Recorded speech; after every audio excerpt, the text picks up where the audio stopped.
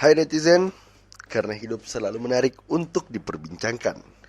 Kali ini gue akan membahas keadaan di mana ketika kerjaan tukang molor, kita itu harus apa? Para netizen pernah gak sih ngebangun gedung, rumah, kafe, atau bangunan lainnya? Pasti kita memerlukan bantuan tukang dong ya. Tapi pernah gak sih lu ngalamin kejadian di mana tukang ini nggak sesuai kesepakatan? Entah selesainya nggak tepat waktu, atau mungkin hasilnya nggak sesuai ekspektasi. Pernah kan? Kalau pernah, kita harus ngapain dong dengan keadaan itu? Sebelum gua bahas kita harus ngapain, mending kita bahas dulu sistem pertukangan yang biasa ada di sekitar kita. Itu gimana sih? Pada dasarnya, sistem pertukangan dapat kita bagi menjadi dua. Ada yang sistem pembayarannya harian, ada yang borongan. Sistem harian berarti masing-masing tukang dibayar setiap hari dengan tarif sesuai dengan kesepakatan di awal. Sedangkan sistem borongan berarti masing-masing tukang dibayar di akhir sesuai dengan kesepakatan, tidak bergantung pada berapa lama mereka bekerja, dan biasanya dihitung berdasarkan luas bangunan tersebut. Nah, apa sih kelebihan dan kekurangan dari masing-masing sistem pembayaran itu? Berdasarkan hasil penelusuran tim tanpa kesimpulan, kita bahas sistem harian terlebih dahulu. Kelebihan dari sistem harian yaitu lebih teliti dalam bekerja. Yang kedua, negosiasi upah lebih fleksibel. Yang ketiga, uang yang dikeluarkan gak langsung gede. Dan terakhir, lebih mudah untuk mencari tukang. Namun, di balik kelebihannya, tentu ada kekurangannya. Di antaranya, kemungkinan mundur target lebih besar. Total pembayaran menjadi lebih banyak ketika targetnya mundur. Dan relatif setiap tukangnya tidak terlalu menguasai dan memiliki alat-alat pertukangan yang lengkap. Dan mereka biasanya kurang terorganisir.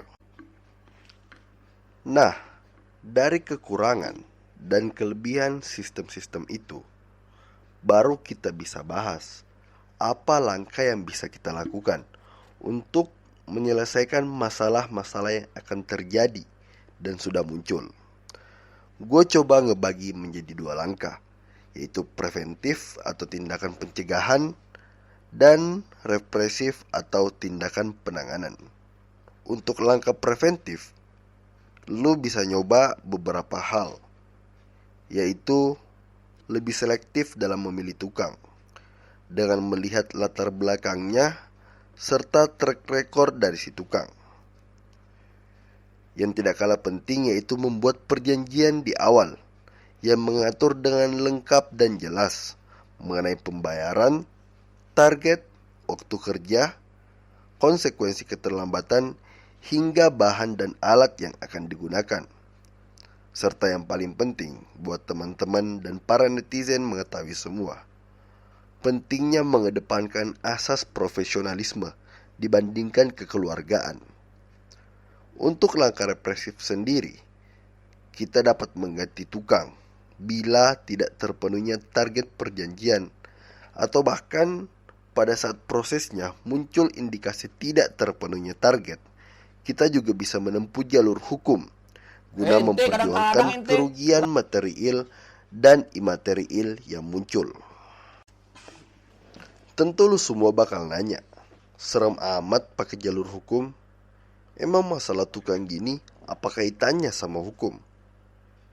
Tentunya ada, karena kesepakatan kita dengan tukang di awal, baik tertulis maupun tidak tertulis, dapat dikatakan sebuah perjanjian, sebagaimana tertuang dalam pasal 1320 KUH Perdata tentang syarat sahnya perjanjian, yaitu adanya kesepakatan. Seperti yang gue bahas tadi, mulai dari sistem pembayaran, waktu, dan sebagainya. Kemudian, cakap mereka yang mengikatkan diri. Untuk cakap mereka yang mengikatkan diri, artinya mereka yang jadi pihak dalam perjanjian. Dalam hal ini kita dengan tukang atau mandor harus cakap secara hukum. Nah, di sini sering muncul permasalahan baru, karena sering kita temui dalam pelaksanaannya, masih ditemukan tukang yang tidak cakap secara hukum, atau di bawah umur. Kemudian, objek perjanjian tertentu. Objek perjanjian yang dimaksud dalam hal ini berbentuk jasa untuk menyelesaikan pembangunan. Terakhir, ada kausa halal, yaitu perjanjian yang kita buat tidak bertentangan dengan aturan yang berlaku atau peraturan perundang-undangan yang ada. Memang, sebagaimana dimaksud dalam pasal 1320 KUH Perdata tentang syarat sahnya perjanjian, itu tidak mewajibkan untuk sebuah perjanjian tertuang dalam bentuk tulisan. Namun dengan tertulisnya perjanjian dan ditandatangani perjanjian oleh para pihak sendiri akan lebih merasa aman dikarenakan adanya bukti berupa surat jikalau muncul perselisihan antar pihak. Setelah pembukaan yang cukup panjang dari tadi, masuk kita ke pembahasan utama kita. Kalau kerjaan tukang molor, kita harus apa? Pada dasarnya, molornya kerjaan tukang atau berbedanya hasil pembangunan dari yang disepakati dapat dikatakan tidak terpenuhinya perjanjian. Hal ini tertuang dalam pasal 1266 dan 1267 KUH Perdata. Di sini lu bisa lihat ya, isi dari pasal 1266 dan 1267 KUH Perdata.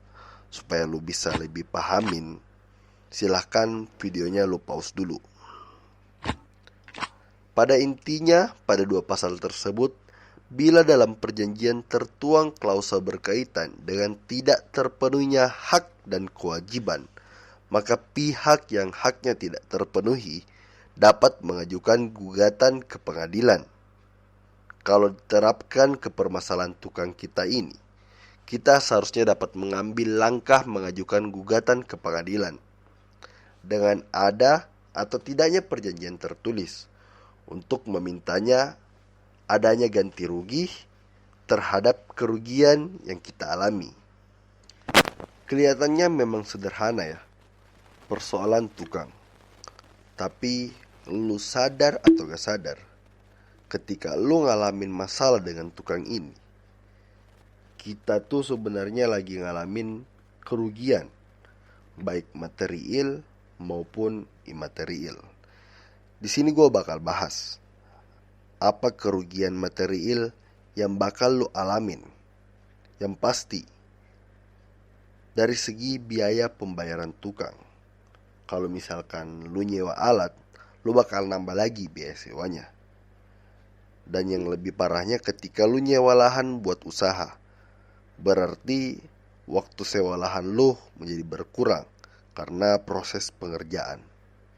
Selain dari kerugian material tersebut, lu juga bakal ngerasain kerugian imaterial, yaitu waktu dan tenaga lu habis buat ngawasin tukang.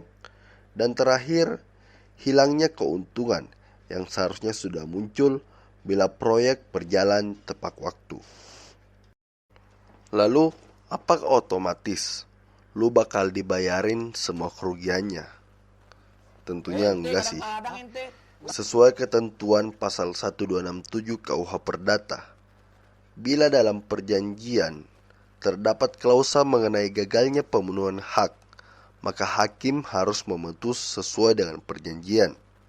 Namun, bila tidak terdapat, maka hakim yang akan menentukan bagaimana pertanggungjawabannya.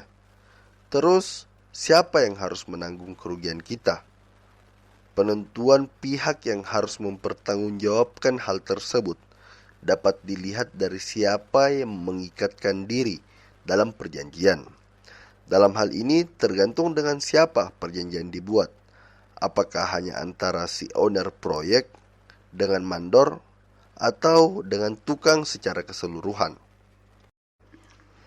Masuk ke pembahasan terakhir, yaitu mengenai adanya permintaan tambahan dari kita sebagai bos atau si owner proyek. Hal tersebut berkaitan dengan adendum perjanjian sebagaimana dalam pasal 1338 KUH Perdata. Di sini lu bisa lihat lagi ya isi dari pasalnya. Dan kalau bisa pause biar kita sama-sama ngerti.